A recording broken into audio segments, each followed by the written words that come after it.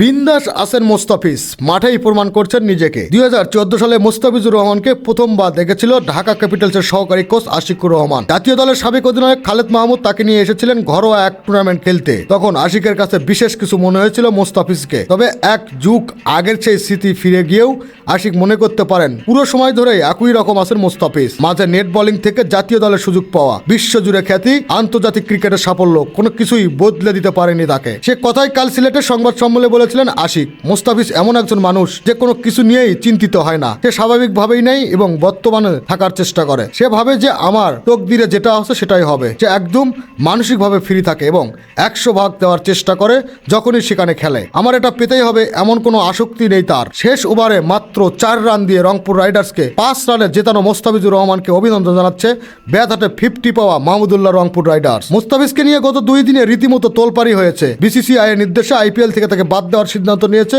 নিলাম থেকে 9,20,00,000 রুপিতে দলে ফেরানো কলকাতা নাইট রাইডার্স। ওই সিদ্ধান্তের পর কাল বিসিবি জানিয়েছে নিরাপত্তার শঙ্কায় ভারতের মাটিতে ফেব্রুয়ারিতেই টি-20 বিশ্বকাপ খেলবে না তারা। বিকল্প ভেন্যুর ব্যবস্থা করতে আইসিসিকে অনুরোধ জানিয়েছে তারা। তবে এসবের কিছুই ছুঁয়ে যায়নি মোস্তাফিজকে। বিপিএল এ মোস্তাফিজের দল রংপুর রাইডার্সের অধিনায়ক নুরুল হাসান জানাল তেমনি মোস্তাফিজ বিন্দাস আছে, কিন্তু একই সঙ্গে আমার কাছে মনে হয় সে খারাপ লাগা তো থাকতেই পারে, কারণ ও যেটা ডিজার্ভ করে আমার কাছে মনে হয় সে যে এর আগে আরও বেশি ডিজার্ভ করতো, ওই জায়গা থেকে থাকতে পারে।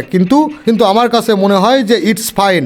কাল বিপিএল মাঠে নেমে ঢাকা ক্যাপিটালসের বিপক্ষে রংপুরকে ম্যাচ জেতাতে গুরুত্বপূর্ণ ভূমিকা রেখেছেন মোস্তাফিজ।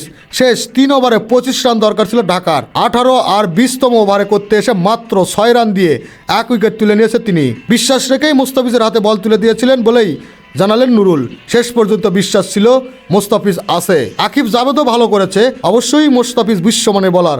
আমার কাছে মনে হয় যে গুরুত্বপূর্ণ সময়ে ওর সেটা আরও ভালো দিতে পারবে। খেলাধুলার আপডেট নিউজ পেতে চ্যানেলটি সাবস্ক্রাইব করে সাথেই থাকুন।